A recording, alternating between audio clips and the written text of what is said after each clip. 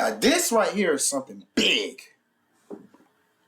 Yo, what's up, swag? Yeah, you already know what time it is, man. It's your boy, KLR, a.k.a. KL Swag. Back here with a video, man. Look, man, we're back here again with another video, man. We're back here again with TPS. Y'all love TPS. I love TPS, man. To my new subs, man, we do react to TPS. This is the 10 NFL stars we expect to suck this NFL season. Make sure you subscribe to the channel, man. We're on the road to 5K. We're going to hit that 10K. Make sure you click that bell. Make sure you turn on post notifications. And let's get into the video.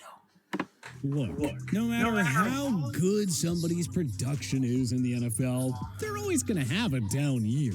But after everything that's happened this offseason, I think there are a few players who are going a step beyond regression and might be headed into a full tailspin. Okay.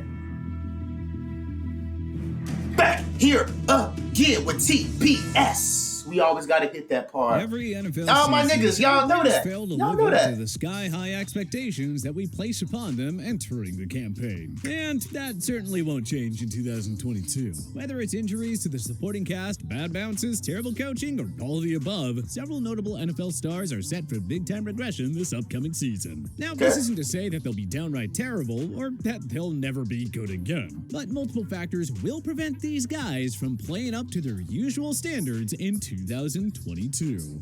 Ezekiel Elliott. Zeke is coming off the fourth 1,000-yard season of his career. He has fewer than 979 rushing yards in a season. So why are we expecting the two-time rushing champion to regress in 2022 and beyond? Well, you see, Elliott wasn't all that great in 2021. He would not have passed that 1,000-yard mark if it weren't for the 17th game. All right, first off, I see this right here, bro. I got to adjust this. You guys, I don't know how Zeke does this. Right here. Watch this. Would not have passed that one. Bro, this nigga is wearing a damn hoodie. This nigga wearing a hoodie. What the? This nigga is wearing a hoodie with pads.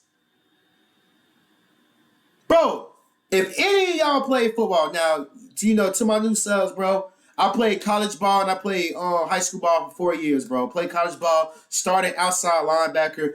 I will be probably making my comeback. Probably I might be transferring to another school. I'll be making my comeback playing at another school, safety, or whatever like that. I'm cut down my body a little bit because every time somebody look at me, bro, they just think I'm a freaking linebacker. I mean, yeah, because how my body is, and like I'm just big, to be honest. But if you guys saw the 7-on-7s, you guys know I can play. I can play safety. Or whatever like that, and I won't be successful even moving forward into, you know, going higher into the level playing linebacker, bro, because I'm too short, bro. You know how it is, bro. You gotta have that height to play linebacker. But I would say this nigga is tripping.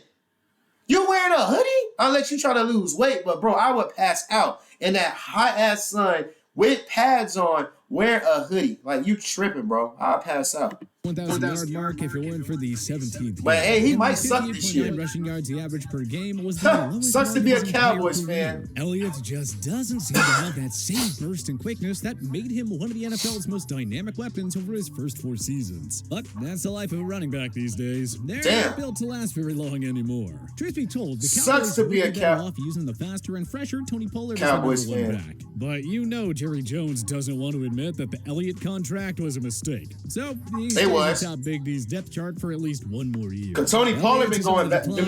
It may just be a matter of time until Pollard becomes the new RB1 in Dallas. Even if Zeke turned out to be useful in 2022, he's unlikely to hit 1,000 rushing yards or double-digit touchdowns again. Kyler Murray. Murray's struggles in the second half of the 2020 and 2021 seasons have been well documented. It is just so difficult to comprehend how he's virtually unstoppable in the first half of the season, and then the polar opposite in the second. There are I said that, bro. In the first season, bro, and like the first beginning of the season, Kyler Murray will go stupid. I mean, he will go dumb. Then in the middle of the season, he does trash. About Murray's upcoming 2022 season. Arizona made him happy by handing him a 5-year extension worth $230.5 million. But, oh look, the Redbirds added and removed that mandatory study clause in his contract. That whole saga was really strange, but also very noteworthy. Does Arizona not trust Murray to do his homework or something? Even though he agreed to a lucrative extension, you gotta feel that his relationship with the organization is still rather testy. Oh, and Murray's top receiver, DeAndre Hopkins, is suspended for the first 6 games of 2021. That's a big loss. Look at the stats, and you'll see how awful Arizona's offense was while Hopkins was sidelined with an injury last season. And finally, Arizona plays the second toughest schedule based on their opponent's winning percentage from 2021. Their 2022 opponents combined for a 543 winning percentage, and you're asking Murray to get the job done without D-Hop for practically 1/3 of the season? Yeah, good luck, Kyler. You're really gonna need it. Trayvon Diggs. Diggs earned first-team All-Pro and Pro Bowl honors for one simple reason last year. He led another Cowboys fan. Sucks to be a Cowboys fan. 2 of which were returned for touchdowns. The Cowboys certainly couldn't complain about those turnovers, but the catch is that Diggs was also awful in containing his assignment. According to Pro Football Reference, he allowed 907 yards and 4 touchdowns in coverage. Oh my gosh, I didn't know Diggs that. has already allowed 9 touchdowns in coverage. You need I don't think he's gonna be that good this season. As many interceptions as Diggs. I think the 11 interceptions was one-time thing. Again this year. In fact, I'd be pretty impressed if he managed to rack up even half of that. Unless Diggs suddenly refines his game in the coverage. Oh, you got to pick against us? Damn. Liability on that team How? more often than not. Dallas isn't exactly blessed with elite cover corners, so Diggs will always be tasked with matching up against the opposition's #1 wideout. That was a great pick, though. As opposing QBs don't put the ball in Diggs' wheelhouse the way they did last year, it'll be wise to target him more often than not. And when he's not racking up all those interceptions, you'll come to realize. Damn. Pampers, the #1 pediatrician recommended brand, helps keep baby's skin drier and healthier. Monster's still on the run? Damn. Quick, the quicker picker up. They get an ad block. He's not that great of a corner.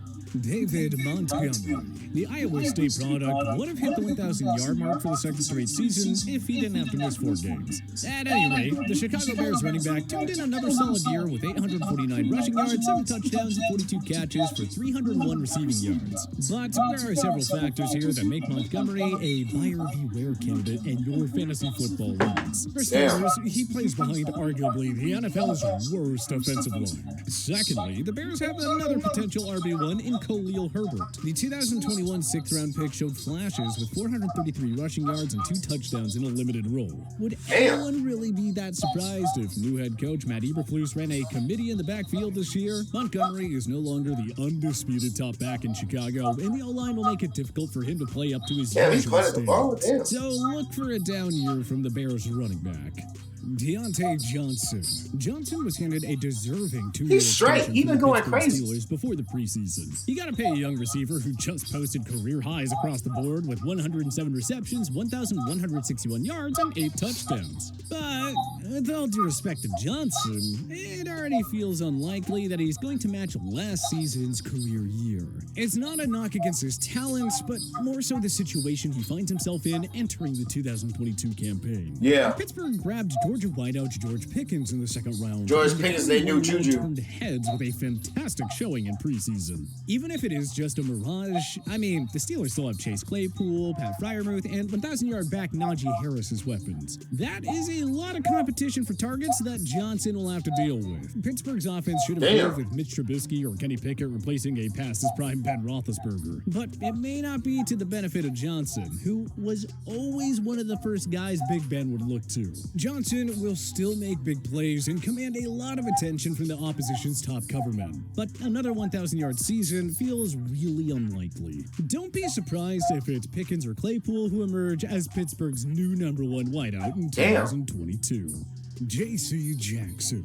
The Los Angeles Chargers signed the 2021 What? and second-team All-Pro to a Damn! 5-year contract worth Because he left my Patriots. $5 million. The Bolts were heavily applauded for that move, because if Jackson lives up to that contract, this already loaded defense could reach another dimension. But history actually tells us that this contract will likely be a giant mistake. How many ex-Patriot stars have actually remained great when they left? Bro, we beat the Dolphins that year. Has always turned little-known guys into all-world players, especially on the defensive side of the ball. What did Malcolm Butler do when he spent 4 years away from New England again? Jackson was an undrafted product out of Maryland who Belichick turned into the centerpiece of his always stingy man-to-man defense. There is absolutely no guarantee that Jackson brings that same level of dominance to Ronaldo Hill's scheme in LA. Can Jackson lock down all those explosive receivers in the AFC West without Belichick and company guiding him? Only time will tell. Even if he's not a giant flop,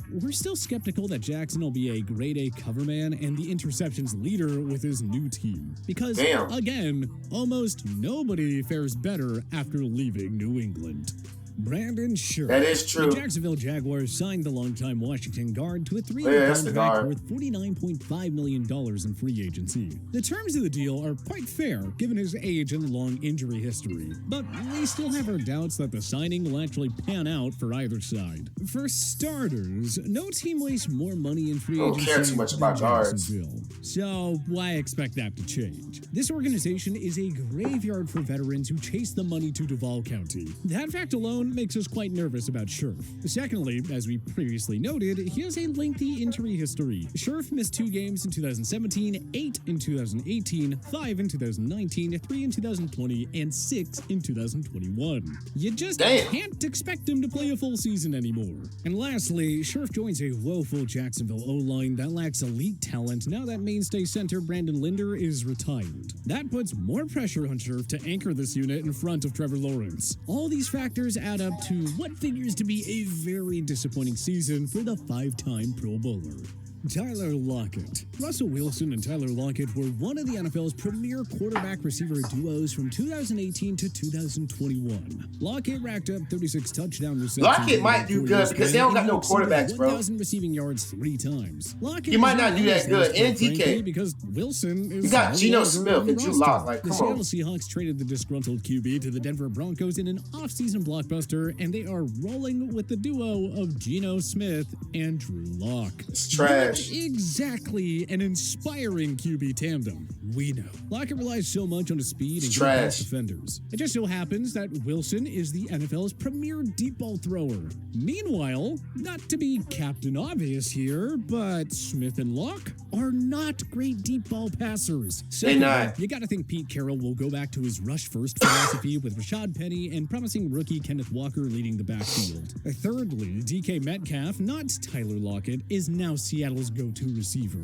So, yeah, expect a down year for Lockett. 1,000 yards is a long shot without Wilson, and he may not return to his elite form until Seattle gets a true franchise QB. Good thing the 2023 draft is stacked with plenty of options. Robert Quinn. Back in 2014, Quinn posted a career-best 19 sacks. He posted 10.5 in 2014 and proceeded to reach double-digit sacks once over the next 6 years. And then, out of nowhere, Quinn racked up 18.5 for the Bears in 2021, which marked a single-season franchise record. So, what's more likely? Quinn pushes for 20 sacks again, or comes back down to earth and posts something closer to 7 or 8? Pretty obvious if you ask us, because unless your name is TJ Watt, Myles Garrett, or Aaron Donald, you're not going to consistently push for 20 sacks a year. And Quinn no longer has Khalil Mack, or Akeem Hicks for that matter, to take away some of the attention from him. The Bears project to be one of the NFL's worst teams in 2022. Yeah, that's bad. Way more talent than they added after all.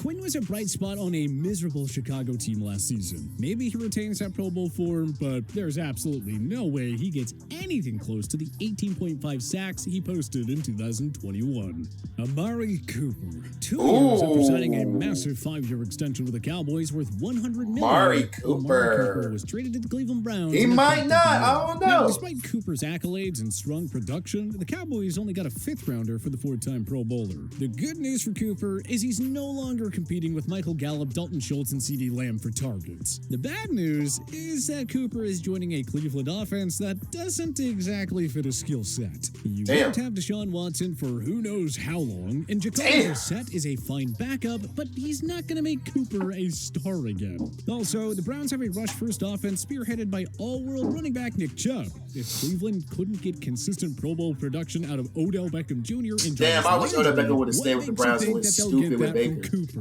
And finally, the Browns don't have a I'm not mad at Baker no more about to it. take some of the pressure away from Cooper. It'll be very easy for opposing defenses to focus on locking down Cooper without Lamb or Gallup in the picture. If Cleveland kept Landry or had a better QB situation in place, we would have kept Cooper off this list. But he's not exactly in a good spot to regain his Pro Bowl form following an up-and-down 2021 season, now is he. But which other NFL stars do you expect to suck in 2022? Oh my gosh. Join us in the comment section below. If you I'm not gonna lie, man. Ugh. I don't know. But I will say, yeah, Kyler Murray. Yeah, I don't know. I don't know all about that. But let me know down below in the comments what you guys think. I love you guys, man. Appreciate it, man. Thank you for the support, man. We gonna be big real soon. I'll see you guys next video.